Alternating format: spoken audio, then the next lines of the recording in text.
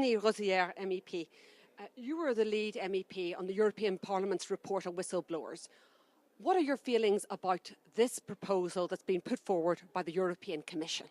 Well, we had high expectations, and our first demand was to have a legislative proposal, and this is the case. We've got a directive project from the Commission, and this is really good news, and we very much welcome it. And we wanted a horizontal framework to protect in various sectors whistleblowers, and there also the Commission has met our request. So today is a very good day. We very much welcome the Commission's proposal. What's missing? Well, almost everything is in it. We need to clarify a few points.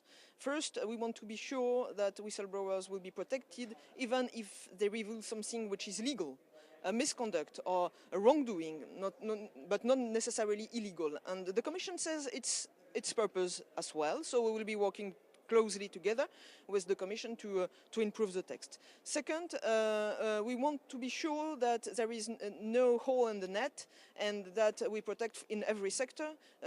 Especially, there is no protection for disclosure of infringements of workers' rights, and we want to include that. And last thing is that the Commission's proposal sets up a hierarchy between the channels of reporting. You know, you have to disclose first internally, then externally, then to the public. And if you don't follow this sequence, you might not be protected as a whistleblower. This we want to make it clear that we want that whistleblowers are protected whatever the channel they use, whatever the channel, because at some point there is also a need to inform the public, a right to information, and whistleblowers are playing their part in this right, so we want to protect them whatever is the channel of disclosures they use. I think the Commission have said that there might be an exception to this step-by-step approach, but only in the instance of urgency. Is that too narrow? I think it's, yeah, you have to admit there are conditions in which you can bypass this step-by-step approach. Urgency is one, but it's not enough. For example, in the LuxLeaks case, there is, you know, the internal channel wouldn't have been appropriate, the external neither, because the fiscal administration of Luxembourg was involved as well. And there was no urgency because there was nothing new in demanding that the disclosure happens. So we can see that there are several conditions in which you should be able to bypass this step-by-step approach. So if we have to keep this approach, then we have to make the exceptions more broader and also make sure that it does not put an extra pressure and a presumption of guiltiness on whistleblowers, because they are the ones we want to protect.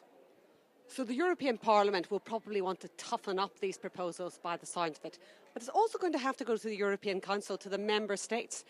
Are you confident that it will enjoy the support of Member States? We see Malta, for example, in an extradition procedure with Greece over a whistleblower. I mean, what do you think the likelihood of agreement from the Council will be? Well, I hope there will be an agreement in the Council. We need it. Of course, we think it might be not that easy, because now only a bit more than a third of member states have a protection, 10 on 28, so it's a minority. But it also means, it shows that we need a European protection, because nothing exists in 2/3 of the member states.